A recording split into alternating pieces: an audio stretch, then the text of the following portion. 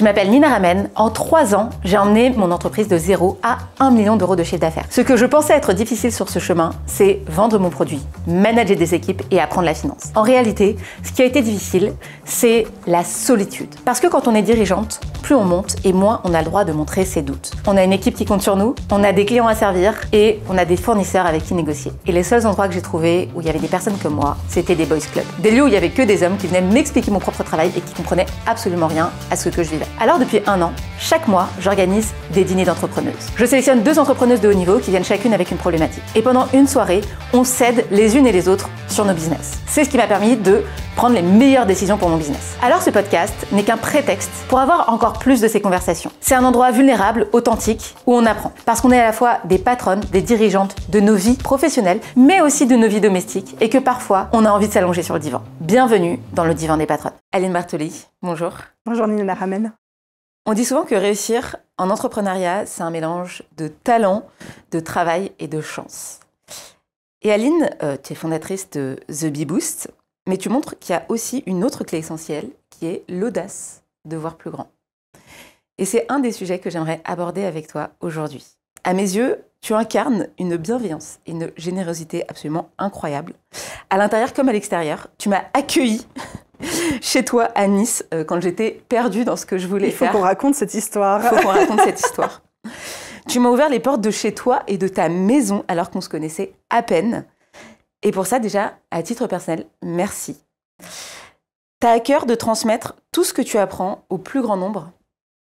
Tu le fais brillamment sur tes réseaux où tu cumules plusieurs centaines de milliers de personnes.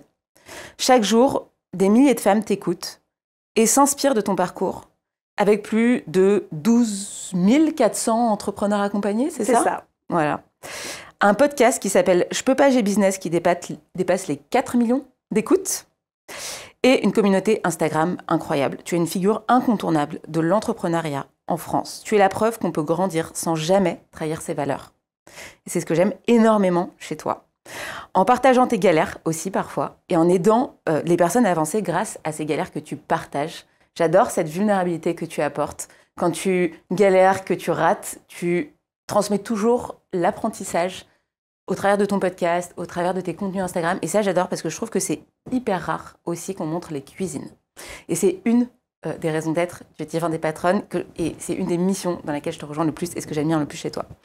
Ce que tu fais est un exploit au quotidien. Tu fais tourner The Bee Boost, qui est une entreprise qui fait plus d'1 million d'euros de chiffre d'affaires. En 2024, tu as fait un choix audacieux en rachetant une entreprise pour faire grandir ta vision.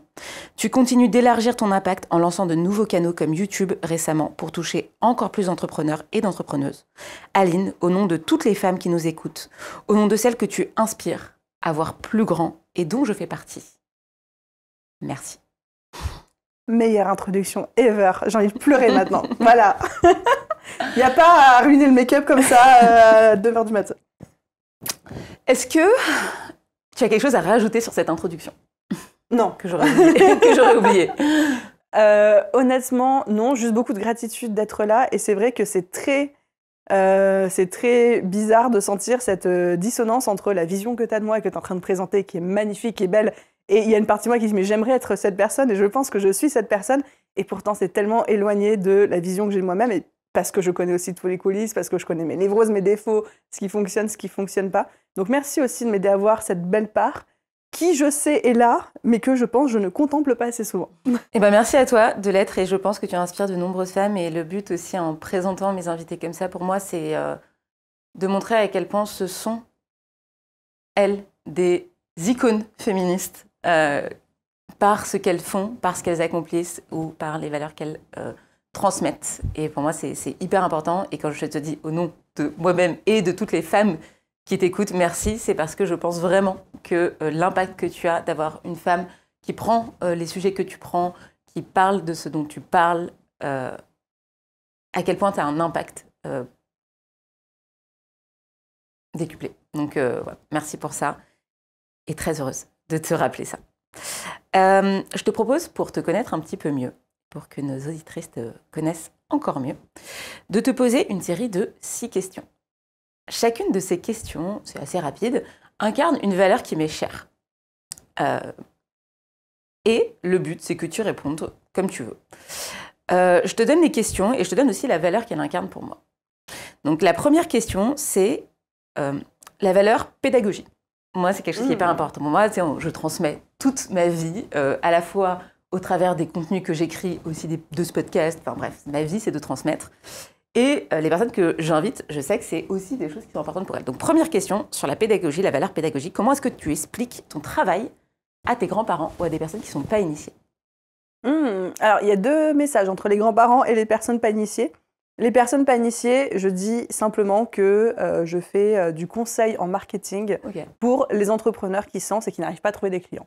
Donc, je les aide à se faire connaître et à trouver des clients. Généralement, les gens comprennent, plus ou moins, on va dire.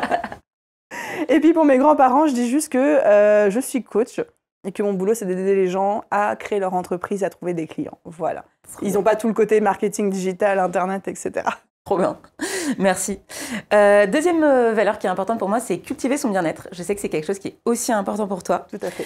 La question correspondante à cette valeur, c'est est-ce que tu peux me citer une action que tu mets en place pour préserver ta santé mentale? Préserver ma santé mentale? Ça va pas le faire si je bug sur cette question-là.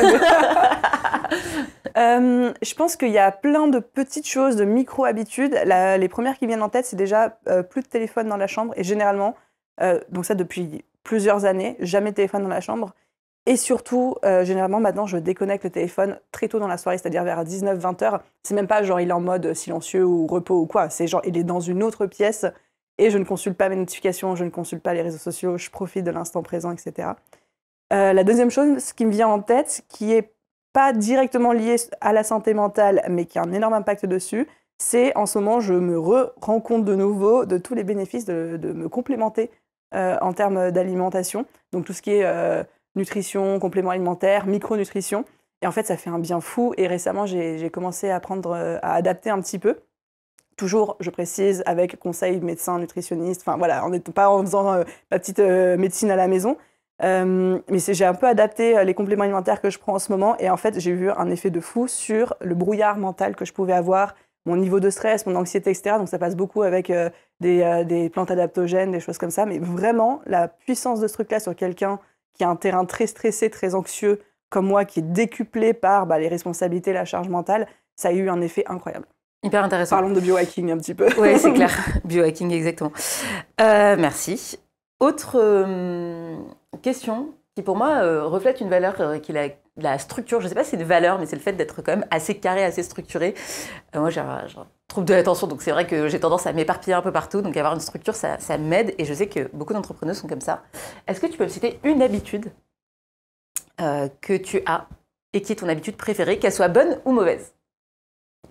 Pour être structuré? Juste ton habitude préférée.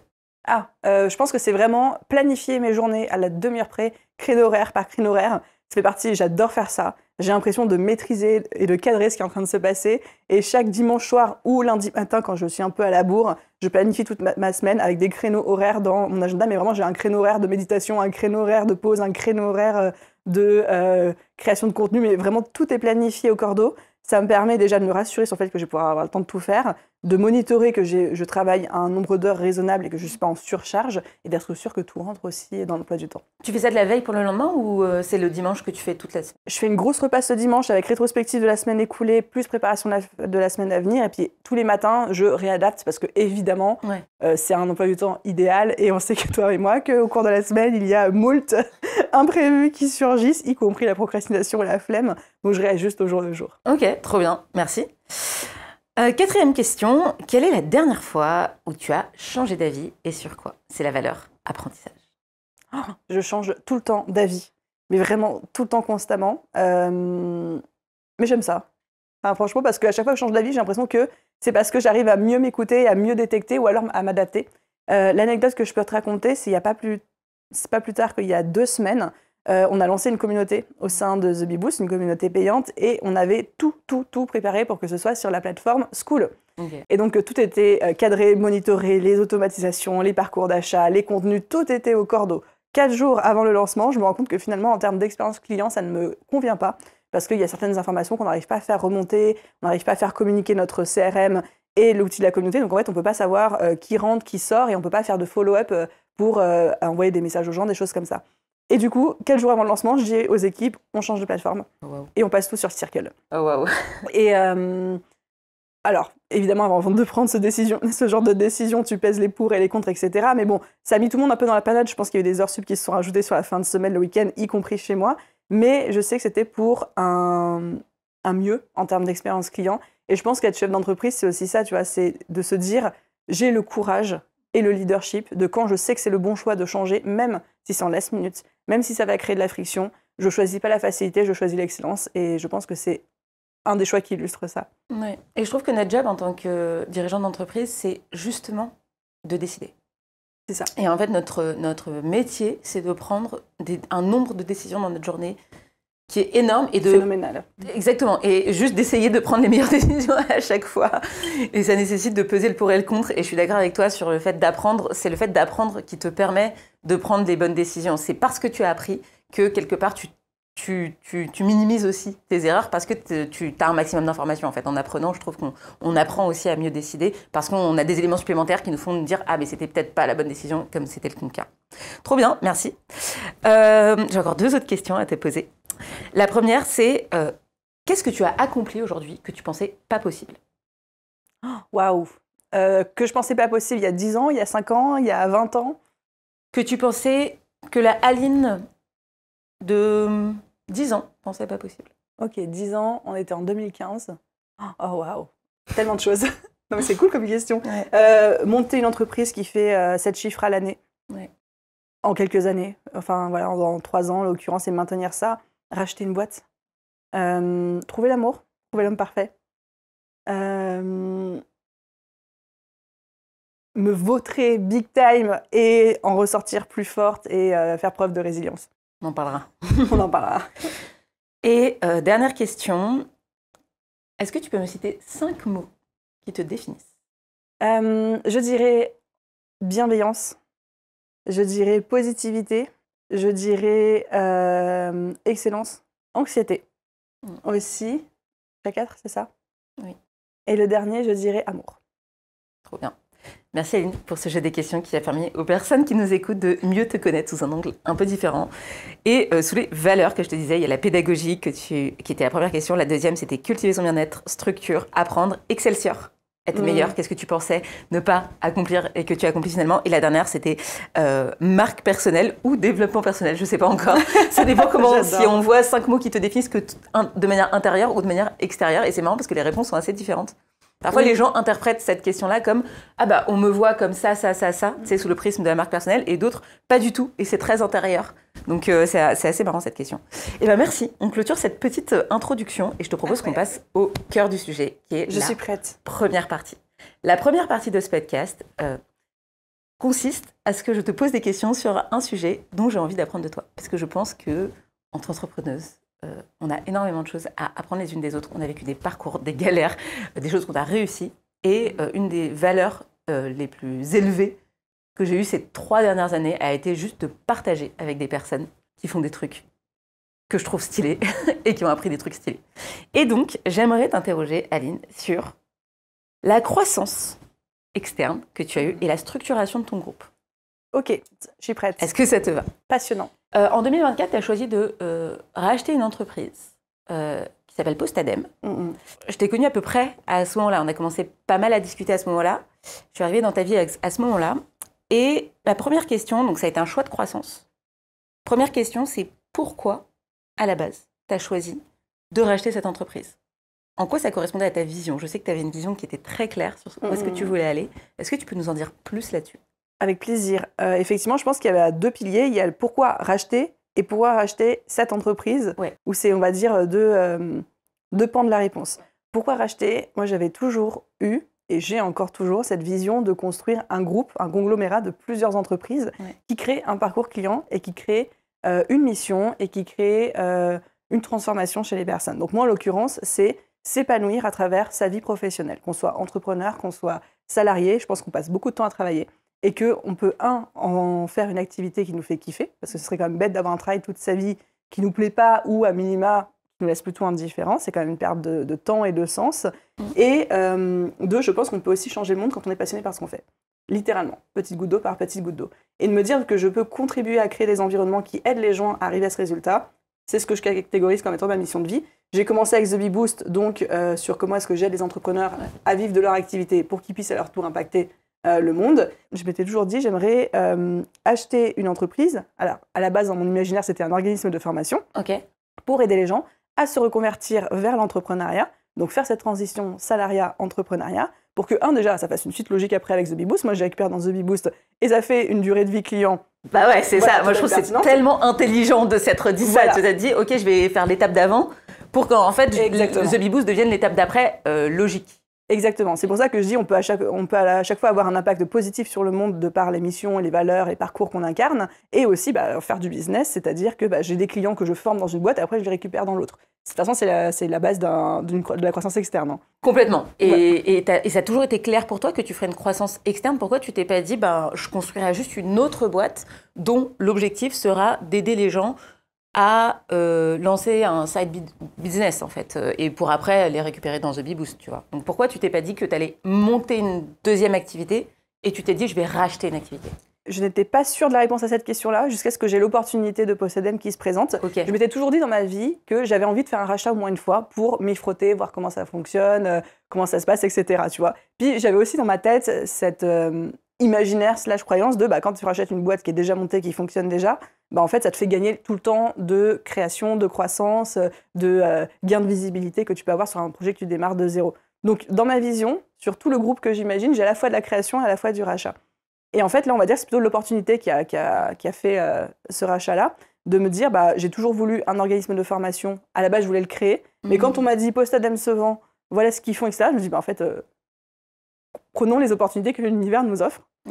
Et j'avoue que c'est arrivé beaucoup plus tôt que ce que j'avais imaginé dans ma tête. Moi, je pensais que je racheterais peut-être aux alentours de 2030. Donc, d'ici encore quelques années, le temps de stabiliser The Bee Boost sur plusieurs aspects. Mais une fois que l'opportunité est là, tu te poses toujours la question de est-ce que je la saisis, est-ce que j'attends? Et j'ai fait le choix de la saisir. Bravo. Ouais, c'est hyper intéressant parce que je trouve que le rachat d'entreprise, c'est quelque chose dont on ne parle pas tant.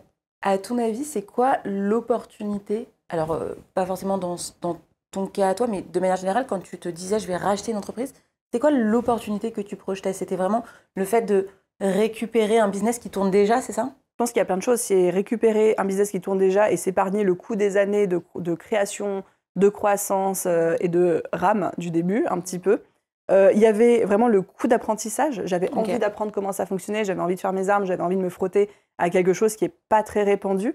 Et je trouve ça cool de se dire qu'un rachat d'entreprise, en fait, c'est pas que réservé au groupe du CAC 40, à un entrepreneur qui fait ça depuis 40 ans dans un tout autre domaine ou une toute autre industrie. C'est ça, parce que quand pas vraiment on fait ça aujourd'hui, tu vois. Moi, t'es la seule personne que je connais dans notre écosystème infopreneurial, entrepreneurial qui ait fait ça, quoi. Donc, je trouve que c'est hyper rare, suffisamment rare pour être relevé, en tout cas. Et premièrement, et deuxièmement, je trouve que effectivement, l'idée de se dire que je vais faire ça, j'ai l'impression que tu as pris un peu les codes de ce qu'on pourrait être imaginé comme le monde des grands, tu vois, genre le CAC 40, la vraie industrie, les vrais entrepreneurs. Ouais, c'est ça, tu vois. Et en fait, vas-y, pourquoi nous, on ferait pas ça aussi? Et je trouve que c'est hyper intéressant que tu aies appliqué ce sujet-là en disant, vas-y, nous aussi, on peut racheter des boîtes, en fait. Et ça peut être hyper intéressant de considérer de la croissance externe, quoi. Je trouve que ça, c'est... En fait, il y a plusieurs, c'est pas courant, mais j'ai eu plusieurs exemples quand j'ai fait ça, de personnes qui ont racheté, mais généralement, ils ont fait ce qu'on appelle du buy and kill, c'est-à-dire qu'on rachète soit un concurrent pour ensuite le liquider et liquider la concurrence, ou alors on rachète une entreprise dont on a besoin de certains assets pour se l'intégrer à nous. Donc j'ai eu des personnes qui, par exemple, avaient besoin de closing, avaient besoin de commerciaux, donc ils ont racheté une boîte de commerciaux, et après ils l'ont fusionné avec leur boîte, donc il y avait besoin de certaines listes email, donc ils ont racheté une boîte avec une liste email qu'ils ont ensuite intégrée. Donc c'est plutôt du buy and kill, mais de racheter en gardant toute la personnalité, toute la boîte telle qu'elle était avant, continuer à faire grossir son image, ça c'est moins courant. Ouais, la marque en fait surtout, parce que Postadem c'est quand même une marque qui est assez connue et reconnue pour le coup. C'est le gros atout, le gros asset de ce rachat. Merci beaucoup. Et derrière, du coup, en termes de structuration, comment ça s'est passé un peu plus techniquement, si on doit se projeter? C'est quoi? C'est une holding que tu as? Après, en dessous, tu as The Bee Boost. À la base, tu n'avais que The Bee Boost. Comment ce groupe se structure? Parce que c'est un groupe avec 3 entreprises maintenant. On va parler, comme dans une famille, il y a les parents et il y a les enfants. Et donc, en l'occurrence, c'est très bien parce que dans ce domaine entrepreneurial de montage financier, tout est au féminin. On parle de société mère et de société fille, donc ça, on aime bien. Donc, les sociétés mères, c'est les sociétés qui vont gouverner, éduquer, faire grandir les sociétés filles, exactement comme dans le modèle d'une famille. Donc, la société mère, généralement, c'est une holding. Donc, la holding, c'est une entreprise à part entière avec son adresse, son numéro de TVA, son numéro fiscal, vraiment une société normale, mais dont la seule mission est de gérer et de présider / manager les sociétés filles qui, elles, sont les sociétés opérationnelles comme Ramène ta fraise, comme The Bee Boost, comme Postadem, etc. Donc moi, j'ai créé cette fameuse holding. Cette holding, par un acte avocat long de 10 pages ou 40 pages que j'ai signé, a racheté fiscalement parlant The Bee Boost. C'est-à-dire qu'il n'y a pas eu de transfert d'argent, il n'y a pas eu de virement sur des comptes bancaires, mais la valeur de The Bee Boost a été apportée en fait à l'intérieur de la holding. Donc la holding détient 100% des parts de The Bee Boost, la holding est la mère, et The Bee Boost est la société fille. Et ensuite, la holding est allée voir une banque, à travers moi bien sûr, qui a dit « Est-ce que je peux avoir un prêt ? Parce que je veux racheter Postadem pour en faire ma deuxième société fille. » Et là, du coup, je te passe toutes les péripéties d'aller obtenir un prêt bancaire. J'ai eu mon prêt bancaire, donc contracté à l'échelle de la holding. Et ensuite, la holding a racheté Postadem, qui est devenue sa seconde société fille. Et à ça, pour que tout fonctionne bien, il y a des mandats de présidence, c'est-à-dire des papiers, encore une fois, qui ont été signés, qui autorisent la holding à gérer Postadem et à gérer The Bee Boost. Il y a une convention de trésorerie qui a été signée, qui autorise des flux financiers à se faire entre, par exemple, The Bee Boost et Postadem, toujours en passant par la holding, parce que c'est la holding des parents, c'est elle qui manage la bourse. L'argent de poche. Mais c'est exactement ça. Et le niveau d'après qu'on est en train aussi de mettre en place en ce moment, c'est ce qu'on appelle l'intégration fiscale. Donc là, c'est le niveau encore au-dessus qui est un petit peu lourd en termes de paperasse, mais qui est très intéressant, qui permet qu'au lieu d'avoir une compta pour chaque boîte avec les bénéfices et les pertes, d'avoir une compta globalisée. C'est-à-dire que si The Bee Boost est super bénéficiaire, et si la holding, par exemple, perd de l'argent, eh ben, au final, on va tout mettre dans un pot commun, les pertes vont être compensées par les gains, et on va payer des impôts, là je simplifie vraiment à l'extrême, les experts me pardonneront, et que du coup, on va payer des impôts que sur le bénéfice réel réalisé par l'ensemble des 3 boîtes, et que si une boîte est déficitaire, eh ben, du coup, ça fait payer moins d'impôts. C'est le type de montage qui est vraiment privilégié quand on fait par exemple de l'achat immobilier et qu'on a une société qui fait beaucoup de bénéfices. Donc par exemple, si je crée encore une autre société pour faire un rachat immobilier et du coup je m'endetterai sur cette société pendant quelques années, ce serait intéressant d'avoir cette intégration fiscale parce que les bénéfices générés par The Bee Boost viendraient être compensés par les pertes de cette société et du coup je paierai moins d'impôts à l'échelle du groupe. Donc voilà. Waouh, ce cours de fiscal, merci beaucoup. Alors, je n'y connais rien et je n'y connais pas grand-chose. J'ai essayé de simplifier à l'extrême pour que ça reste accessible. Super bien, merci. Je trouve que c'est génial d'avoir déjà ces discussions.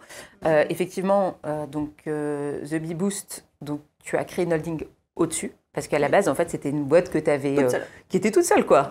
Elle évoluait dans le microcosme des entreprises françaises, voilà. Ouais, exactement. Et donc, tu l'as rattachée à la holding au-dessus.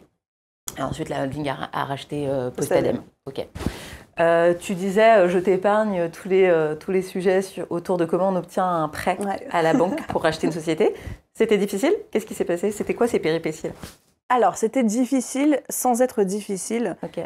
J'avais une chance extraordinaire, c'est que j'ai fait le choix de prendre un prêt parce que, encore une fois, volonté d'apprentissage. Oui. Et 2, après, fiscalement, c'est aussi plus intéressant d'avoir un prêt qu'on peut éponger sur 7 ans, en l'occurrence. C'était 5 ou 7 ans pour un prêt professionnel, plutôt que de sortir d'un coup toute la trésor. Alors, ce qu'Aline dit, c'est qu'elle a plein de cash et qu'elle aurait pu acheter cash. C'est ça que tu es en train de dire. C'est exactement ce que je suis en train de dire. Voilà. Et du coup, pourquoi c'est important de le préciser ? Parce que ça m'a donné la confiance et le dossier aussi, pour décrocher assez facilement un prêt. C'est-à-dire que ça n'a pas été la croix et la bannière, parce qu'en fait, il n'y en avait pas besoin. Ouais. C'était juste un choix de ma part. En gros, tu allais voir la banque, tu leur as dit, il me faut 10. Regardez, j'ai 10. Je pourrais les payer cash si je voulais. Voilà, exactement. Mais je trouve que c'est un choix. Et d'ailleurs, on dit souvent que dans une entreprise, le nerf de la guerre, c'est la trésorerie. Donc, parce que je suis une bonne gestionnaire d'entreprise et que je sais que la trésorerie, c'est important, je vous demande un prêt, mais en réalité, voilà, j'en ai pas besoin. J'en ai pas besoin, quoi. Et c'est presque le meilleur moment pour demander un prêt, finalement. C'est la meilleure des configurations, parce que finalement, la banque, en fait, se dit, je risque rien. Exactement. Et pourtant, la banque, par contre, elle se borde de tous les côtés parce que jeune entreprise, industrie assez méconnue aussi, l'infoprenariat. Ouais, quand je suis allée voir une banque, on m'a dit tout ce qui est formation, déjà, ça te met des points de pénalité. Si tu fais de la formation, t'es considéré comme une entreprise à risque, quoi, parce que très dépendante, en fait.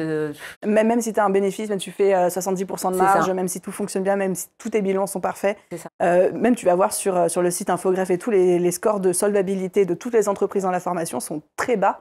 Enfin, ils sont genre orange ou rouge, même si l'entreprise est parfaite, quoi. Ce qui m'a beaucoup aidé, que je pourrais recommander à toute personne qui voudrait faire ça, c'est de passer par un courtier directement. J'ai pris un courtier qu'on m'avait recommandé en professionnel, où déjà tu t'épargnes d'aller toquer toi-même à la banque, etc. Il a ses contacts, il te fait rentrer chez ses contacts, il prend le temps de connaître ton dossier, il y croit, il te prend et il présente ça.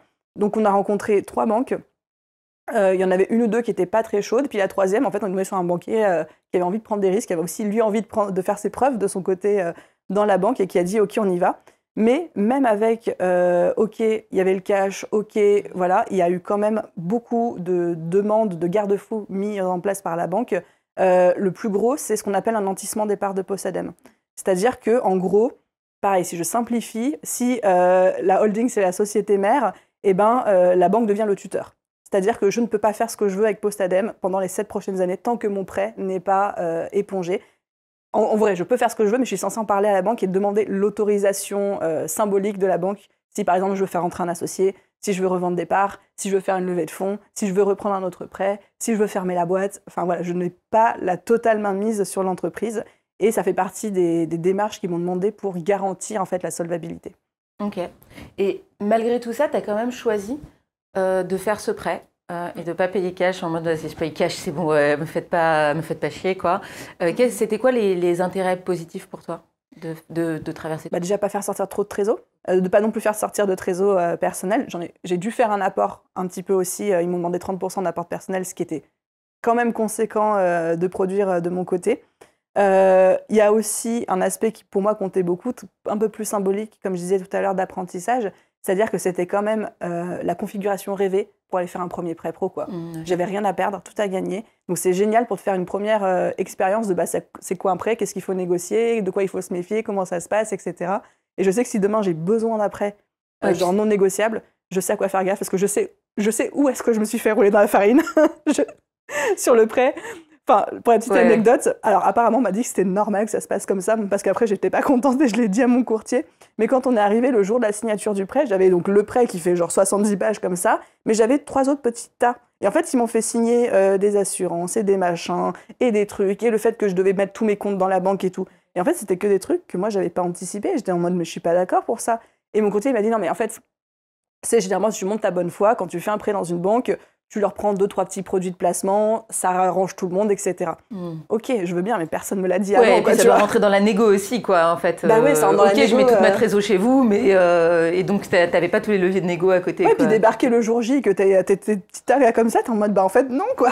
Et tu vois, tout ça, ça fait partie des choses. Si demain, je dois recontracter un autre prêt, bah je le saurai dès le début. Dès le début, je poserai la question, ok, parlons bien, mettons les choses sur la table, qu'est-ce que vous me demandez en échange? Moi, je suis prête à faire des efforts, il n'y a aucun problème, mais pas de trucs sous le tapis, quoi. Ouais, et puis quand tu arrives chez le notaire et que tu as tout chez le notaire, chez le banquier avec tout signé, tu te dis ah ouais, non, en fait, si je repars en négo, ça repart encore sur des mois et c'est mort. Oui, puis encore une fois, c'était rien de déconnant. Par exemple, ils m'ont juste dit est-ce que tous les flux quotidiens peuvent arriver chez nous plutôt que dans votre autre banque, donc ils m'ont fait changer de banque. C'est logique en fait quand ils pensent, mais encore une fois, c'est le genre de truc tu te dis est-ce qu'on ne peut pas parler de ça dès le début? C'est clair. Merci, c'était hyper intéressant. On part sur Aline, ça y est, tu as traversé, tu as racheté, tu as fait le prêt, etc. Tu te retrouves à intégrer les équipes de Postadem, en plus des équipes de The Big Boost. Comment est-ce que tu fais? Quelles sont les questions qui te passent par la tête? Quelles sont les décisions que tu as prises à ce moment-là sur la gestion et la répartition des équipes? C'est quoi ta vision à ce moment-là? Pour moi, la Qu'est-ce que tu te dis? Je vais avoir 2 équipes séparées et puis chacune va un peu se gérer en autonomie. Est-ce que je vais mutualiser le marketing pour finalement servir un écosystème de produits? Qu'est-ce que tu te dis à ce moment-là? C'est quoi ta vision? Eh bien, c'est une très bonne question parce qu'il y a ce qu'on aimerait et après, il y a la réalité du terrain. Et je compare souvent le fait de racheter une entreprise au fait de racheter un appartement ou une maison ou un bien immobilier où il y a la projection, l'imagination, la première visite. Puis une fois qu'on y emménage, on se rend compte qu'il y a des choses qu'on n'avait pas vues, des questions qu'on n'avait pas posées. Ça marche aussi quand on a un enfant. Ça marche aussi quand on a un enfant, j'en suis sûre. Mais voilà, donc à la base, avant le rachat, ma vision, c'était vraiment de garder 2 boîtes séparées, les 2 équipes séparées, et puis moi, de jongler entre les deux, à l'image de ma holding, mais vraiment d'avoir un espèce de mur pas vraiment imperméable, mais de faire des opérations commerciales entre les boîtes, mais vraiment d'avoir 2 équipes et presque de diviser mon temps entre les 2 boîtes. Donc ça, c'était la vision de base. C'est la vision qui a été transmise aux équipes des 2 côtés aussi. Après, on va dire que dans l'usage, dans le quotidien, déjà, on ne manage pas 2 équipes complètement différentes qui n'ont pas grandi avec les mêmes valeurs, avec la même culture d'entreprise, etc. Il y a des choses qui se sont mutualisées. Il y a des personnes qui se sont mutualisées aussi. Je pense par exemple les coachs de Postadem qui étaient excellentes. Je les ai aussi fait rentrer chez The Bee Boost au sein de mes programmes. Donc on va dire que la réalité est un peu plus hybride, mais que ça reste quand même 2 fonctionnements, 2 entités différentes avec chacun sa personnalité. Par exemple, l'équipe The Bee Boost, on est très... on va dire, on fonctionne beaucoup en bande organisée, j'ai envie de dire. Mais je veux dire, on communique énormément au quotidien, on s'appelle beaucoup, on travaille beaucoup en symbiose ensemble. Là où l'équipe Postadem, on est beaucoup plus en autonomie. C'est des valeurs qui sont chères aussi au cœur des personnes qui travaillent dans Postadem, qui avaient moins cette envie d'être tout le temps en call, tout le temps fusionnel, comme il peut y avoir cette envie côté The Bee Boost. Je caricature un peu, mais ça explique. Donc, il y avait aussi un enjeu de m'adapter à la culture d'entreprise et aux besoins des équipes des 2 côtés. Trop intéressant. Ce que je voulais dire, c'est... Ah oui, la question qui me venait aussi, c'est du coup l'impact pour toi en termes de gestion du temps, gestion de tes priorités. Quel a été ton impact à toi sur toi, ta vie de CEO, carrément, là-dessus? La première réponse qui me vient en tête, c'est désastreux. En vrai, si je dois être totalement honnête, ça m'a mis le nez dans le nez dans le pâté. Je ne sais pas si c'est une vraie expression, mais ça m'a mis le nez dedans en 2024. Je pense que j'avais anticipé et imaginé une certaine organisation. Si je reprends la métaphore d'avoir un enfant, j'imagine que tu te fais plein de plans en mode « ouais, je serai organisée comme si, le papa reprendra le relais à tel moment, moi je pourrais quand même faire ça, ok, j'ai sacrifié peut-être tel truc, mais j'aurais tout le temps de faire un. » Et en fait, quand ça arrive dans ta vie, c'est un ouragan, c'est un tsunami d'amour, mais un tsunami quand même qui te met la pâtée et tu te retrouves plus à être en réaction plutôt qu'en action. La manière dont je l'ai vécu, c'est ça. Je pense qu'il y a eu un défaut de préparation de ma part, où j'avais peut-être mal anticipé, j'étais peut-être un peu trop dans... Je sais pas si j'ai eu un excès de confiance, de mode « mais non, ça va bien se passer ». Enfin, voilà. Mais en tout cas, c'est vrai que émotionnellement, en termes de charge mentale et en termes de fatigue surtout, ça a été très, très, très compliqué pour moi de gérer ça. Au début, j'avais construit un planning où il y avait tel jour dédié à Postadem. Ouais, c'est ça. Moi, c'est exactement comme j'imagine les trucs. Exactement. Quand je me projette dans le rachat, dans l'histoire que tu racontes, là, je me dis, ah bah oui, à tout moment, tu fais lundi, mardi, mercredi Postadem, et puis jeudi, vendredi, The Bee Boost, tu vois. Jamais de la live, ça arrive. Et ça arrive pas non plus de tous les matins, tu fais The Bee Boost, et tous les après-midi, tu fais Postadem. Ce serait si beau, Nina, si c'était comme ça, ce serait si beau. Non, c'était un peu catastrophique. J'ai pas encore la réponse à cette solution aujourd'hui.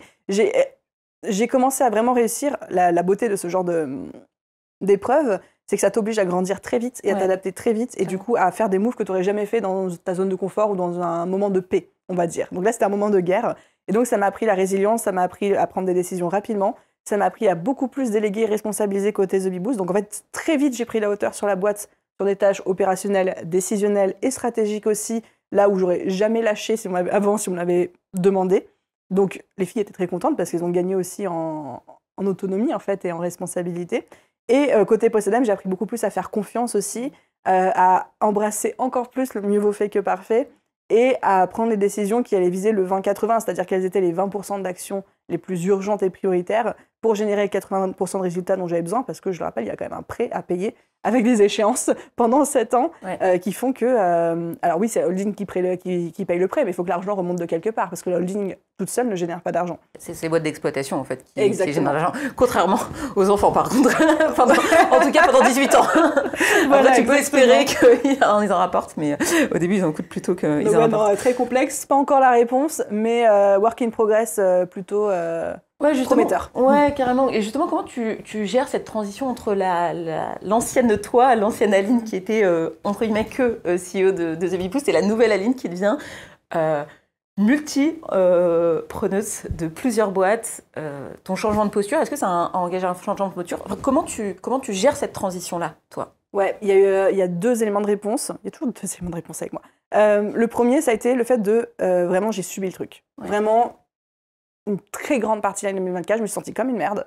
J'avais l'impression de ne pas être à la hauteur. J'avais l'impression d'avoir fait la plus grosse erreur de ma life. J'étais en train de me dire, mais en fait, je me suis pris pour quelqu'un que je ne suis pas. Et j'ai eu les yeux plus gros que le ventre. Voilà, clairement. Et ensuite, il y a quand même la vision de « je l'ai fait ouais. ». La vision de « c'est normal » parce que j'ai été rassurée par beaucoup de personnes qui ont fait un rachat avant moi dans d'autres industries qui m'ont dit « mais en fait, c'est toujours comme ça que ça se passe ». Toujours, quand tu rachètes, quand tu débarques dans l'entreprise, c'est la catastrophe. Et tu te retrouves à éteindre des feux pendant 1 an. Et pendant 1 an, t'en chies. Minimum, tu vois. Donc c'est un peu rassurant. Je me suis pas dit c'est moi qui ai merdé quelque part, etc. Donc, il y a eu un espèce de shift de posture, on va dire, vers la fin de l'année 2024, où je me suis dit, bon, il y a l'ancienne Aline qui ne peut pas gérer ça et qui n'a pas les épaules, et puis il y a la Aline que je m'imaginais être quand j'ai racheté, qui, elle, a les épaules. Comment je deviens le plus vite possible cette personne-là? Complètement. Et c'est là où, même toi et moi, on a commencé à avoir en off toutes nos conversations sur le leadership, la posture, etc., qui m'a beaucoup aidé, beaucoup inspiré là-dessus. J'ai décidé aussi de me faire coacher, me faire accompagner par une coach en leadership qui avait de l'expérience aussi à titre personnel dans du rachat, de la revente, etc., dans une ancienne vie. Et ça m'aide beaucoup. Et après, je pense qu'il y a aussi un effort de prendre ou reprendre confiance en soi là-dessus et de se dire, ce qui nous arrive ne nous définit pas. Ok, je me suis pris un mur parce que mauvaise anticipation, très mauvaise surprise sur certains aspects aussi que je ne pouvais pas ni anticiper ni deviner. Et maintenant, on fait quoi avec ça? Je trouve que c'est intéressant ce que tu as dit sur... je suis allée voir plusieurs entrepreneurs qui ont racheté des boîtes. Est-ce que tu peux nous en dire un peu plus sur comment tu as fait pour... comment t'es venue cette idée déjà de contacter d'autres personnes? Comment tu as fait et qu'est-ce que tu en as tiré? Voilà, je sais que tu as fait un protocole un peu. J'aimerais que tu nous racontes un process. Un process.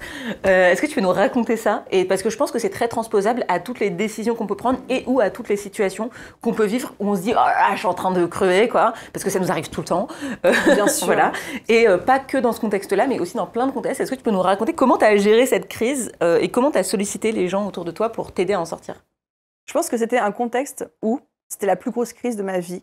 Là où vraiment, je ne me faisais plus confiance, je chialais tout le temps, j'étais tout le temps... Vraiment, je me suis sentie partie très loin. Et il faut savoir que je suis quelqu'un qui ne demande jamais, jamais d'aide parce que même si mon cerveau sait que on s'en fout, c'est normal, blablabla, mon émotionnel lui dit non. Demander de l'aide, tu es vulnérable, et c'est pas bien d'être vulnérable, c'est pas bien d'embêter les gens, c'est pas bien d'être un poids, c'est pas bien de déranger, tu dois être forte, tu dois être parfaite. Enfin, c'était l'émotionnel. Sauf que là, j'étais tellement dans un moment où je n'avais plus le choix, je ne me faisais plus confiance, je me suis dit, bon, j'aimerais demander leur avis à d'autres personnes. Et là, j'ai eu cette idée, je ne sais pas comment elle est venue. C'est le genre d'idée sur le moment où tu te dis, c'est stylé, mais en fait, après, ça te transforme ta vie. Ouais. De dire, ok, je vais faire une liste de 10 personnes dont j'ai envie d'avoir l'avis. Quelles que soient ces personnes, je m'en fous, ça n'a pas besoin d'être des proches et tout, mais j'ai envie d'avoir ces personnes-là. Donc, j'ai fait la liste de 10 entrepreneurs et non-entrepreneurs aussi que je connais, soit qui avaient déjà vécu un rachat, soit qui avaient vécu une revente, soit qui étaient coach, mais avec... on va dire, une expertise qui m'intéressait, soit qui avait un parcours, bref, des gens dont je voulais l'opinion. Et je me suis défendue de me dire « Ah mais non, mais je vais les déranger. Ah mais non, il n'a pas le temps. » Je me suis dit « Non, tu leur demandes. Et s'il te dit non, tu demandes à la personne suivante. » Et en fait, j'ai contacté ces 10 personnes et j'aurais dit « J'ai des très gros problèmes en ce moment. J'ai besoin de ton avis sur quelque chose parce que je me fais plus confiance. Est-ce que tu peux m'accorder 30 minutes ?» Et en fait, 100% de ces personnes ont répondu, mais genre dans les 3 heures qui ont suivi mon message. Et ça m'a touchée parce qu'il y en avait certaines d'entre elles qui sont des personnes hyper occupées, qui sont toujours bookées, busy, jamais le temps de rien, jamais le temps de sortir, ou voilà, on les sent déborder, mais toutes ces personnes ont pris ces 30 minutes et je me suis vraiment sentie aidée, écoutée, donc déjà ça fait du bien. Et surtout, avec tous leurs avis, j'ai pu construire le mien et prendre des décisions stratégiques et pas que des décisions émotionnelles. Parce que je suis d'accord qu'écouter son intuition, c'est bien sûr. Mais je pense qu'après, on arrive quand même aussi à des strates de décision quand tu as des prêts, quand tu as des grosses décisions à prendre, quand tu ne fais plus confiance à ta santé mentale, quand tu te dis est-ce que c'est ma petite voix intuition qui parle ou est-ce que c'est ma petite voix peur qui parle parce qu'elle utilise le même canal les deux, en fait, c'est bien d'avoir des feedbacks extérieurs. Franchement, ça me hérisse les poils ce que tu racontes parce que je trouve que ça reflète beaucoup de choses. Et tu fais partie de ces 10 personnes. Hein. Ouais, merci. Et d'ailleurs, j'étais super touchée par ton message et effectivement, quand tu m'as envoyé ce message, je me suis pas du tout dit Aline est en train de se foirer, je me suis dit waouh, Aline girl boss quoi, elle est incroyable parce que elle a l'intelligence de se dire ok, il m'arrive ça, ton message était très bien, génial, hyper vulnérable et hyper posture de dirigeante, de quelqu'un qui sait dire je veux prendre la meilleure décision. Et pour prendre la meilleure décision, j'ai besoin d'avoir un maximum d'informations. Et on parlait tout à l'heure de comment prendre les bonnes décisions. Moi, je suis persuadée, je suis pas du tout intuition. Moi, je suis vraiment l'opposé de l'intuition. Je suis très rationnelle. Et s'il fallait mettre un spectre, je suis pratiquement à 100% sur le rationnel. Et je trouve que, et on peut être l'un et l'autre évidemment, mais en fait, ce que je trouve hyper intéressant, c'est cette idée de se dire que pour prendre une bonne décision, qui est notre métier aujourd'hui, de prendre des décisions, en fait, en vrai, c'est que ça, notre métier aujourd'hui. Pour faire ça, la meilleure manière de le faire, c'est de prendre un max d'infos. Et je trouve que le protocole que tu as fait en disant à 10 personnes je galère là-dessus, venez, on réfléchit ensemble, c'est une manière accélérée de bénéficier de l'expérience de 10 personnes qui ont vécu chacune 10 ans dans l'entrepreneuriat, qui ont vécu des milliers de situations différentes, en un condensé de 5 heures, quoi. Et c'est une idée, mais de génie, et que j'adore, et que moi-même, je pratique hyper régulièrement au quotidien, pas dans les phases de crise, mais je le fais même avec toi, tu vois. On a notre petit canal WhatsApp où on apprend des choses, on se les échange, et je trouve que c'est hyper utile, et c'est déjà la solidarité entre entrepreneurs, de se dire, en fait, on galère tous, et on va pas faire genre, on se galère pas, et quand on a un qui galère, t'as envie d'aller l'aider, et la réciproque est vraie aussi, et c'est un canal d'accélération rapide, quoi. Incroyable. Bravo pour tout ça. Je trouve que c'est... Et je conseille tout le monde de le faire et de ne pas préjuger que quelqu'un n'aura pas le temps pour nous ou que quelqu'un... de ne pas vouloir être vulnérable devant quelqu'un. Ou moi, je pense que ma plus grosse peur, c'était en mode ça va le faire chier. Ça va le faire chier ou ça va la faire chier, que je la dérange, que je lui demande et tout. Je préfère être là que pour les bons moments. Et après, je me dis, non mais Aline, en fait, là, il n'y a plus de arrête de faire ta gamine, t'as besoin d'aide littéralement, va chercher l'aide, quoi. Ouais. Pour clôturer cette partie, moi je voulais encore plus insister sur ce que je trouve génial, qui est ta capacité à voir grand. C'est-à-dire ta capacité à te dire, je vais non seulement monter une boîte, mais en plus je vais monter un groupe avec une deuxième boîte, puis une troisième boîte, puis peut-être une quatrième boîte. D'où est-ce que ça vient, ça? Est-ce que ça a toujours été comme ça? Est-ce que tu as toujours eu cette vision? Ça a toujours été comme ça, oui. Quand j'aime bien dire que quand j'étais petite, je voulais être Miranda Presley, tu sais, dans Le Diable s'habille en Prada. Okay. Pas le côté méchant, mais le côté la girl boss qui débarque avec son manteau de fourrure ou autre et qui le balance sur le bureau. Non. Mais bref, cette posture un petit peu de CEO, de leader. Donc moi, ça, c'est une femme qui m'a toujours fascinée dans le film Le Diable s'habille en Prada. Et je voulais être chef d'entreprise. Et en fait, plus j'ai grandi, plus j'ai eu cette vision de il y aura plusieurs entreprises. Parce que je veux que l'impact il soit plus gros. Et je pense qu'une entreprise peut avoir un gros impact, mais qu'un groupe, en termes d'impact pour moi et d'impact pour le monde, c'est d'autant plus décuplé. Donc ça, c'est la première réponse. Et la deuxième réponse, c'est ça vient de mon père, je pense, qui était entrepreneur, qui m'a transmis cette culture d'entreprendre par soi-même, de la débrouillardise, de l'ambition, de la vision, etc. Et je trouve qu'à l'opposé de beaucoup de personnes, et a fortiori de femmes qui se lancent, t'as pas ce côté, je vais faire une petite entreprise et ça va être bien. Je vais faire un putain de groupe en fait, les gars. Et ça va être comme ça. Et ça va être génial. Et j'y crois. Et voilà où est-ce qu'on va. Et venez avec moi. Et je trouve que c'est hyper inspirant. Bravo pour ça, parce que tu m'inspires pour ça. Et ce qui m'inspire le plus, c'est la confiance en toi. Quand tu te projettes dans ta vision de ton groupe avec ta société holding, avec toutes ces filles, toutes ces enfants, comment tu fais pour avoir confiance dans le fait que... Est-ce que tu as confiance dans le fait que ça va se réaliser? Vraiment? Et si oui, comment tu fais pour entretenir cette confiance? Il y a un oui et il y a du non. Oui, bien sûr, j'ai confiance. Et en même temps, en fait, je me dis, si ça n'arrive pas, c'est pas grave, quoi. Parce que je pense que moi, ce qui me fait kiffer, c'est le challenge d'y arriver. C'est le parcours que ça me crée d'aller dans cette direction-là. Mais je ne suis pas attachée au résultat pour le résultat. J'attends pas le résultat pour commencer à vivre, pour commencer à kiffer, etc. Donc, j'ai confiance en ça. J'ai aussi le réalisme de me dire, peut-être qu'à un moment, ça va pas se passer, parce que soit j'ai peut-être changé d'avis entre-temps, peut-être que finalement, je me rendrai compte que j'ai pas envie d'une aussi grosse croissance, ou alors peut-être que ça se passera pas parce que la vie fait que, mais c'est ok, mais je veux juste vivre en ayant l'impression que je vis au maximum de ce que je peux faire, être, ressentir, vivre en termes d'expérience. Donc ça me nourrit. Et le côté confiance, j'aurais du mal à répondre à ta question, parce que sur ce point-là, j'ai toujours eu cette confiance inébranlable de me dire ouais, ça va se passer. Je sais pas quand, je sais pas comment, mais ça va se passer. Et pourtant, J'ai une faible estime de moi-même. Bonne confiance, mais faible estime de moi-même. C'est fou, hein. Ouais, c'est ça. C'est ce trio estime de soi, confiance en soi et amour de soi. C'est ça. Et en fait, on peut avoir beaucoup confiance en soi, mais pas beaucoup d'estime de soi, beaucoup d'estime de soi, mais pas beaucoup confiance en soi, et avoir ou pas de l'amour de soi. Et je trouve que c'est 3 piliers qui sont qui peuvent être très remplis ou pas du tout, et qui créent des dissonances. Parce que, comme tu disais tout à l'heure, tu disais, bah oui, je suis très anxieuse, et à la fois, ce que tu veux créer, c'est incroyablement grand, et il faut de la confiance en soi pour le projeter. Et donc, je trouve ça hyper intéressant de sentir ces aspérités-là.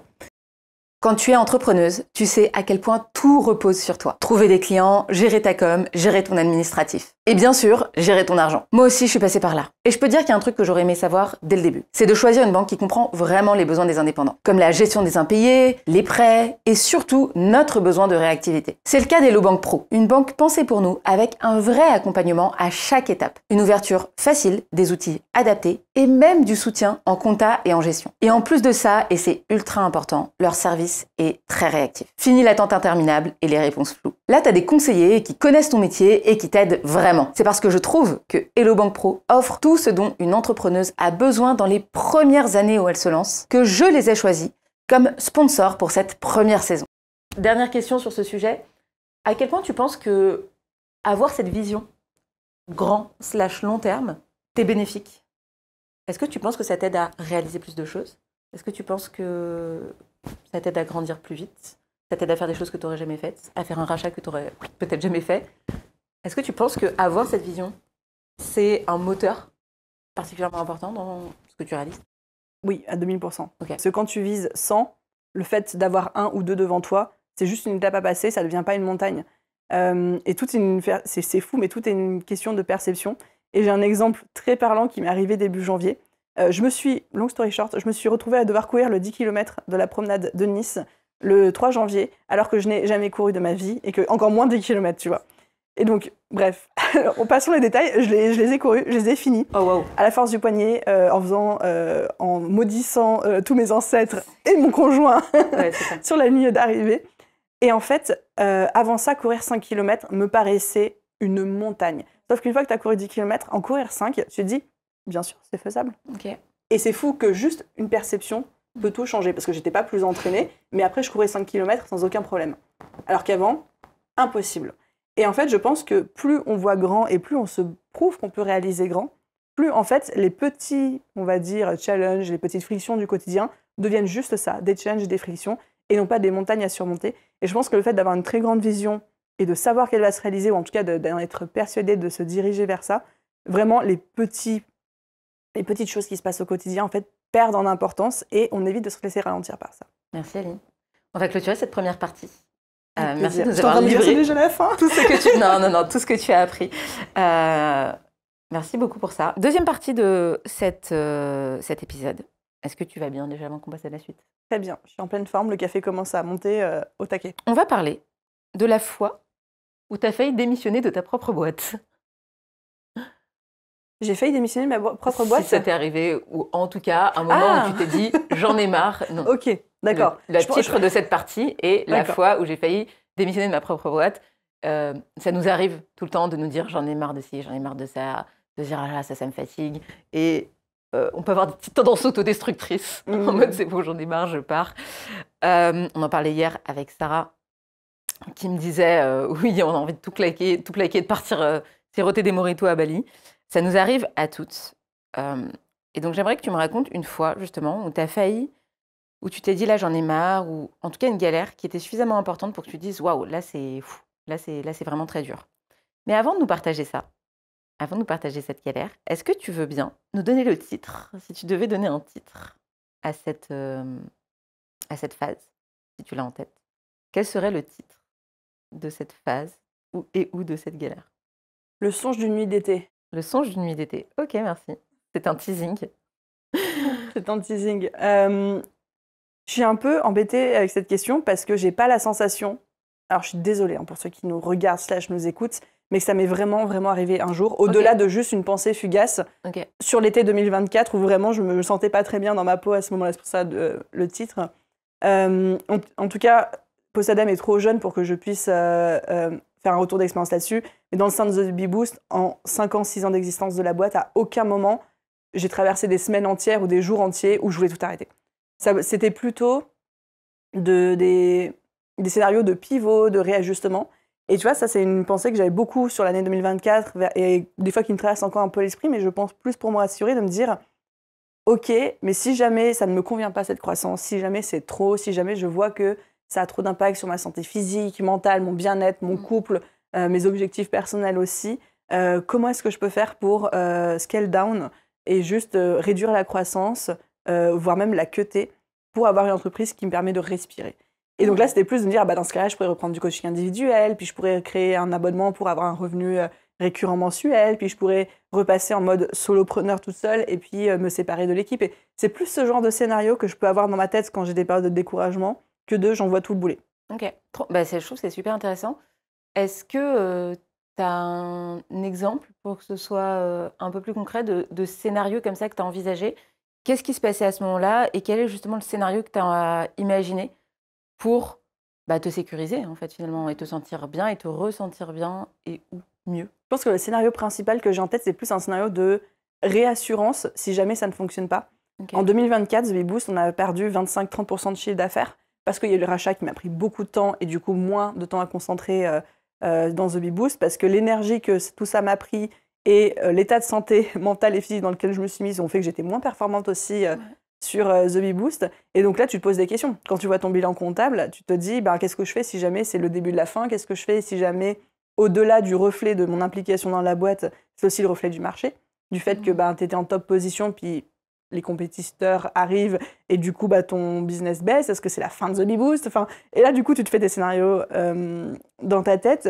Et le mien, c'était, si besoin, je réduis l'équipe et les coûts au minimum. Je reprends du coaching individuel, un petit peu en mode premium. Je crée un système qui me permet d'avoir un revenu mensuel récurrent fixe, même s'il est, entre guillemets, petit à l'échelle du chiffre d'affaires de la boîte, mais pour me sécuriser. Je peux revendre mon appart. C'est plutôt, tu vois, ce genre de scénario-là qui fait que comment est-ce que je peux continuer à faire ce que je fais, qui me passionne et que je ne veux pas arrêter, mais avec les nouvelles conditions et les nouvelles données qui sont en jeu. Ok, très bien. Et donc là, si on reprend cette situation, donc on est sur l'année 2024, le contexte de rachat fait que mécaniquement, en fait, tu passes plus de temps sur Postadem, donc moins de temps sur The Bee Boost. Tu sens l'impact sur ton CA et ton chiffre d'affaires. Qu'est-ce que tu décides de faire à ce moment-là? Ou qu'est-ce que tu as décidé de faire? Qu'est-ce qui se passe à ce moment-là dans ta tête? Déjà, la première chose, tu regardes les chiffres concrètement et tu dis, est-ce que c'est une réalité? Manifestement, oui, puisque tu as donné des chiffres. Comment tu te sens, premièrement, quand tu constates ça? Je pense que c'était une sensation d'échec. Ok, il y a eu de la panique? C'était échec, c'était panique? Non, pas panique, parce que, déjà, le bilan n'était pas négatif. Okay. Il était quasiment flat. Mais donc, en fait, on est quand même rentré dans nos coûts. Donc, bilan pas négatif, donc pas d'urgence comptable, financière, pas d'enjeu par rapport à ça. Parce qu'il faut savoir que ton comptable, quand tu as une baisse d'activité trop importante ou un bilan négatif, est obligé de le déclarer légalement. Et je connais pas tous les tenants et les aboutissants, mais il me semble que tu as une espèce de process où ton entreprise, elle est taguée ou flaguée comme étant entreprise à risque. Et ça tire un petit peu l'œil de l'administration. Après, ça peut se réguler les années suivantes et on t'enlève ton petit flag. Mais si c'est trop récurrent, et c'est là où peuvent commencer les procédures de liquidation, etc. Bref, là, je ne m'avance pas parce que je ne connais pas du tout ce système-là. Mais du coup, je sens une sensation d'échec. Okay. Pas de panique parce que je sais que la trésor est largement suffisante pour encaisser au moins 1 an et demi de fonctionnement sans rentrer d'argent. Donc ça, c'est merci d'avoir construit, d'avoir capitalisé là-dessus. Mais donc en fait, finalement, c'est une baisse juste de CA, finalement. En fait, oui, c'est pas forcément une baisse qui va impliquer, qui va mettre la société en danger, finalement. Donc quand tu constates cette baisse, tu te dis, bon, ok, c'est de l'implication. En fait, elle est finalement, pardon, on n'est pas...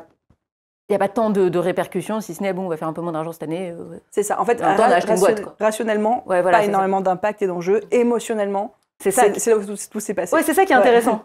Sauf que quand tu vis ça et que tu es en train de traverser une des périodes les plus compliquées de ta vie, ça te met un coup supplémentaire derrière la nuque, petit kick derrière les genoux, et tu te manges un TGV, quoi. Non, c'était plutôt grosse sensation d'échec, sensation de ne pas avoir été à la hauteur pour mes clients, de ne pas avoir été à la hauteur pour mes équipes. Baisse de performance, et pour moi qui est très drivé par la performance, c'était aussi un mur à me prendre. Donc voilà, c'était plus émotionnellement qu'il y avait des enjeux. Ok, donc ça c'est à ce moment-là, alors que donc c'est hyper intéressant ce truc, genre rationnellement, mais non. Je me raccroche à ça, du coup, tu vois. Ouais, oui et non, hein, je trouve que c'est rationnellement et puis émotionnellement un peu plus compliqué. Et du coup, quelles ont été les actions que tu as mis en place suite à ça, cette découverte? Qu'est-ce qui s'est passé dans ta tête? Je pense qu'il y a eu une optimisation des coûts le plus possible. Okay. Par exemple, j'ai décidé je louais un bureau dans un coworking pour vraiment séparer vie pro vie perso. J'ai arrêté le coworking pour économiser ces coûts-là. J'ai réduit les coûts publicitaires. Vraiment, je les ai même stoppés au premier tiers de l'année 2024. Dès que je me suis rendu compte qu'en fait, le lancement qu'on avait fait était beaucoup moins bon que ce que j'avais anticipé. Là, déjà, je commençais à anticiper. Donc, en fait, tu économises des milliers d'euros par-ci, des dizaines de milliers d'euros par-là quand on parle de publicité. Donc ça permet de limiter un petit peu la casse. Se refocuser sur ce qui fonctionne vraiment en termes de produits, réajuster sa stratégie. Par exemple, moi, j'avais vraiment anticipé et même communiqué sur le fait que dès 2025, mon programme Signature passerait en Evergreen. Et en fait, on va avoir une période transitoire en 2025 qui ne va pas être de l'Evergreen, qui ne va pas être non plus un lancement annuel comme avant, mais qui va être plutôt une multitude de petits lancements tout au long de l'année avant de shifter sur notre système, le lancement de la communauté, la reprise du contenu sur d'autres plateformes, etc. Bref, plein de petites décisions stratégiques qui sont venues là pour, on va dire, contrecarrer la direction qu'avait pris l'entreprise et que je ne souhaite surtout pas voir se reproduire en 2025. Puis après, tout est lié, mais beaucoup me reprendre en main en termes de santé mentale, physique, coaching, leadership, confiance, capacité à prendre des décisions. Et on va dire que j'ai remis les mains dans le cambouis, en fait. Ah, attends, j'ai trop de questions. Tu m'as parlé t'as parlé de produits. Donc, tu as constaté cette décroissance, enfin, cette performance qui était creux de vague. Ce creux de vague. Et donc, tu as parlé d'optimisation des coûts, donc tu as cuté certains coûts qui n'étaient pas forcément indispensables. La deuxième chose que tu as faite, tu as parlé de produits et de remanier tes produits. Notamment, tu as parlé de communauté aussi. Est-ce que tu peux m'en dire un peu plus sur les actions que tu as mises en place autour de ça? Est-ce que c'était relatif à cette baisse d'activité? Est-ce que c'était aussi relatif à ce que tu as senti du marché? En fait, j'ai l'impression dans ce qui s'est passé, c'est qu'il y a eu cette baisse de chiffre d'affaires que tu as interprété comme étant j'ai passé moins de temps peut-être sur TheBeatBoost, mais peut-être un changement de marché aussi. Il y a eu un changement de marché, Il y a eu un changement de marché. Et est-ce que tu peux nous dire ce que toi, tu as ressenti et comment tu as réorganisé tes produits après derrière, notamment avec la communauté que tu es en train de lancer? C'est une très bonne question. Moi, je suis la première à toujours dire à mes clients, à mes élèves, à mes coachés, le marché, il a bon dos, mais évitons de trop mettre ça sur l'économie, le machin, le truc. Mais il y a quand même des moments où force est de reconnaître que ça a un impact. Oui, en 2024, je pense qu'une très grosse majorité des industries et des marchés et des entreprises, à quelques exceptions près, ont senti une contraction du marché, un ralentissement, par même une baisse de chiffre d'affaires. Je sais que Hermène Tafres ne fait pas partie du lot, donc félicitations pour ça. Et j'en connais d'autres aussi.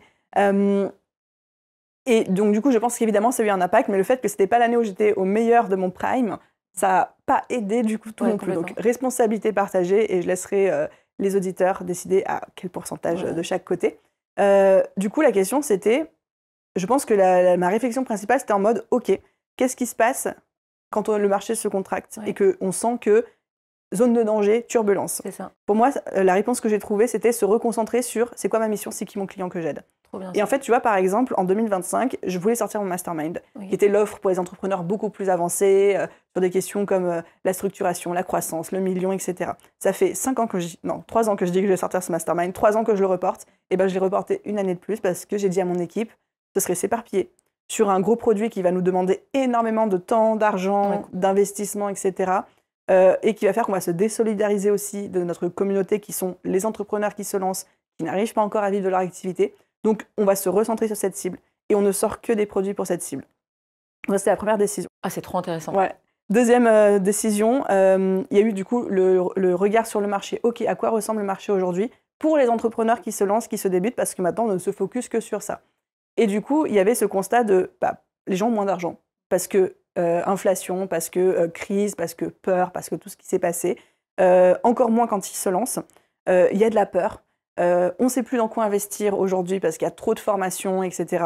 Et surtout, il y a tellement de contenu, avec encore plus l'arrivée de l'IA, que les gens se sentent perdus, submergés. Et tu vois, pas plus tard que moi-même ce matin, hier, je regardais une super vidéo sur YouTube qui expliquait comment poster 30 jours sur Instagram tous les jours pour faire un hard launch de soi-même et passer à l'étape d'après. Ce matin, je tombe sur un compte à 500 000 abonnés qui disait « Arrêtez de publier tous les jours, l'algorithme !»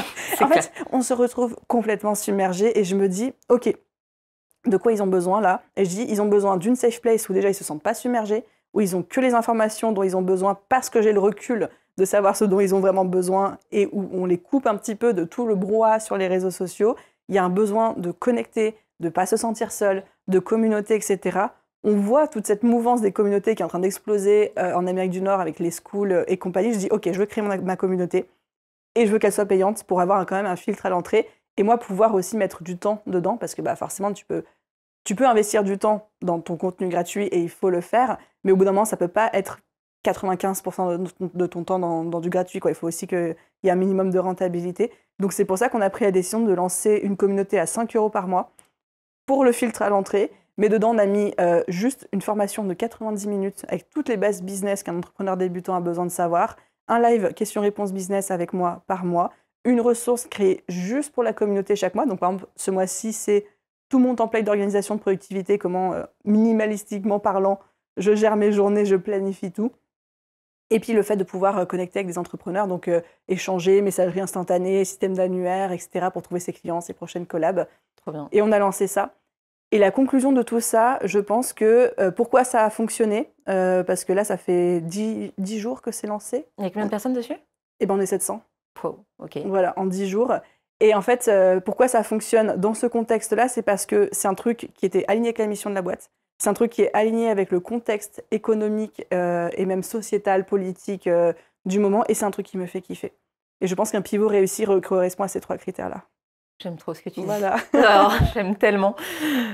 Waouh, je viens de me prendre une claque là. Je trouve hyper intéressant le fait que tu te sois recentré sur ton client cible. Est-ce que tu as eu le sentiment, à un moment, d'avoir perdu de vue ce client cible ou cette cliente cible? Et si oui, pourquoi? Je ne pense pas l'avoir perdu de vue. Je pense que, je commençais à avoir des discours dans mes contenus, par exemple mes épisodes de podcast, qui s'adressaient à une cible beaucoup plus avancée, parce que c'était ce que j'étais en train de traverser. C'est ça. Parce que quand on se lance, on parle à la nous d'il y a 6 mois ou 1 an, qui est notre client idéal. Sauf que quand ça fait 6 ans qu'on fait ça, on est une toute autre personne, et que si on continue à parler à la nous d'il y a 1 an, on n'est plus du tout aligné avec notre client idéal. Et ta cible bouge en même temps que toi tu bouges en fait. Enfin, ton client cible en fait se met à bouger tous les ans. Exact. Et je pense que j'ai toujours fait attention à ça, mais que quand tu accumules le rachat, les choses comme ça, en fait, mes problématiques, qui étaient des problématiques très présentes, sont devenues tellement déconnectées de la réalité de mes clients idéaux que non seulement ils ne se reconnaissaient plus vraiment dans mes contenus, mais que moi-même, je ne mettais pas la même âme, en fait, dans mes contenus, le même care, le même niveau de détail. Peut-être que je m'exprimais comme si je parlais à quelqu'un qui avait déjà surmonté tous ces problèmes-là, même si je parlais toujours de thématiques à destination de mon client idéal. Et du coup, les personnes se disent « Non, mais attends, on va dire il manquait peut-être les 10% de connexion qui font que ça fonctionne vraiment, quoi. » Comment tu fais pour retrouver du plaisir à parler au niveau 1, puisque aujourd'hui, moi, j'estime que tu es au niveau 10. Sur combien sur 9, sur 8. 10 sur 8. Si on met cette échelle-là, et c'est pas forcément... tout le monde n'a pas l'ambition d'arriver au niveau 10, je veux dire, on peut s'arrêter à n'importe quel niveau, c'est ce que je dis souvent, pas forcément obligé de faire un groupe, etc. Mais en fait, pour moi, c'est aussi des étapes d'avancement business et des challenges que tu vas rencontrer. Et aujourd'hui, j'estime que toi, si on dit que tu es au niveau 10 et qu'aujourd'hui, ton client est niveau 2, ton client est niveau 1 ou niveau 2, et que tu dois continuer à parler au niveau 1 ou au niveau 2, et que tu es créatrice de contenu, et donc que ton acquisition et ton marketing reposent beaucoup sur ta création de contenu, ma question est, comment tu fais pour continuer à avoir du plaisir à t'adresser au niveau 1 et au niveau 2 dans ta création de contenu quand toi, tu l'as dépassé depuis longtemps? Et quand tu fais ça depuis 3, 4, 5 ans, les mêmes sujets, les mêmes contenus à la même cible. Dans tes questions du début, tu m'as demandé quels étaient les mots qui me définissaient. Le dernier que je t'ai donné, c'était amour. Et en fait, j'avais exactement ça en tête. Aussi cheesy que ça puisse paraître, j'ai de l'amour pour cette cible. Et je l'aime, tu vois, et je veux qu'elle réussisse. Et je pense que ça m'aide, ça me drive. C'est-à-dire que je veux vraiment que ces gens réussissent et je veux tout faire pour les aider. Et donc, en fait, je me lasse jamais de répéter qu'il faut avoir un client idéal, qu'il faut avoir confiance en soi et de travailler son mindset, etc. Donc ça, c'est la première chose. Et la seconde chose, c'est que le renouvellement se fait par les changements constants sur le marché, surtout qu'on est dans des industries qui vont très, très vite. Ce que je disais il y a 5 ans n'est plus valable aujourd'hui. La manière dont on définissait un client idéal il y a 5 ans, En 2025, ce n'est plus du tout valable. Et du coup, en fait, je m'amuse beaucoup à réinventer tous mes contenus et toutes les bases du business dont je parle constamment, mais à travers les nouveaux codes de 2025 et compagnie. Tu as fait une vidéo que j'adore qui parle de comment tu as fait organiser ta semaine idéale par ChatGPT. Oui, c'était trop bien. J'ai adoré cette vidéo. Je vous invite à la regarder. J'adore cette vidéo et je trouve que ça reflète hyper bien ce que tu viens de dire, qui est redonner les bases. Notamment, tu as fait une formation sur la productivité il y a une année, je pense, ou deux, un truc comme ça. Enfin, 2 ans et demi, je crois. Ouais, 2 ans. Et en fait, je trouve que c'est le reflet parfait de comment tu as remis au goût du jour, avec les outils d'aujourd'hui, des bases du business. Bravo pour ça. Merci, Aline. On va tranquillement arriver à la fin de ce moment-là. Est-ce qu'il y a des choses que tu aimerais partager? Donc moi, ce que je retiens là du songe d'une nuit d'été, puisque c'était ton titre, c'est ce creux de vague. Finalement, si je reformule, il t'a permis plusieurs choses. La première, c'est de réfléchir à tes dépenses, c'est ça. Quelles étaient les dépenses superflues, quelles étaient les dépenses indispensables. La deuxième chose, ça t'a fait faire un pivot, c'est-à-dire sortir un nouveau produit. Est-ce que tu appelles ça un pivot ou tu appelles ça juste sortir un nouveau produit? Ni l'un ni l'autre, parce qu'en fait, il y a toute une réflexion derrière qui va déboucher sur d'autres actions. Sur l'année 2025, je t'ai parlé du fait que, comme je m'étais dit, de passer mon programme en Evergreen, ça ne sera pas le cas. Lancer le Mastermind, ça ne sera pas le cas. Lancer cette communauté, c'était pas prévu. Donc pour moi, c'est un léger pivot, pas à 90 degrés, mais c'est un léger pivot pour s'adapter à ma réalité et aussi à la réalité de ma clientèle et du marché. Okay. Donc je ne sais pas comment on appelle ça. Un mini pivot, pivot. Un baby pivot. Ouais. Et est-ce que tu vois cette communauté comme un produit en tant que tel, ou est-ce que tu vois ça comme un espèce de SaaS de personnes qui vont voir comment c'est trop bien chez toi, et c'est finalement sur cette communauté que tu vas faire tes actions pour vendre ton programme? Les deux. Ok. Donc c'est une communauté qui a pour vocation à la fois d'être un outil de contenu, évidemment, qui sert ta mission, un outil marketing qui sert aussi à capter les clients les plus chauds, parce que c'est des clients qui ont été nourris finalement de contenu tous les mois de ce que tu fais qui est excellent, et qui seront finalement des clients potentiels. Bien sûr. Et derrière, c'est quand même 5 € par mois, donc un produit en soi, quoi. Exactement. Triple fonctionnalité. Triple fonctionnalité et répondre à un besoin du marché. Je pense que, tu vois, on parlait tout à l'heure de la croissance externe et de créer un écosystème d'entreprises qui communiquent entre elles. En fait, moi, je crois aussi beaucoup à l'écosystème de produits, où en fait, un produit peut être un produit en soi, peut répondre à un besoin du marché et aider les gens, et en même temps peut nourrir les autres produits autour. Et un bon produit répond à ces 3 critères. Aline, on a passé quasiment 1 heure ensemble. C'était magnifique, c'est passé tellement vite. Ouais, avec toutes les aventures qui te sont arrivées, toutes ces péripéties, j'ai l'impression d'avoir refait toute ta vie. Nina, elle est fatiguée, en fait, là. Non. Une des aventures qui t'est arrivée, que je pense peut arriver à beaucoup d'entrepreneuses et d'auditrices, c'est ce fameux moment où tu sens que ton activité ralentit, soit que ça met en danger ton business ou pas. Toi, ça a été quand même, ça n'a pas mis en danger ton business. Est-ce que tu aurais 3 conseils, 3 astuces, 3 tips à partager aux entrepreneuses qui nous écoutent et qui vivent ce ralentissement? J'adore ta question, elle est trop bien.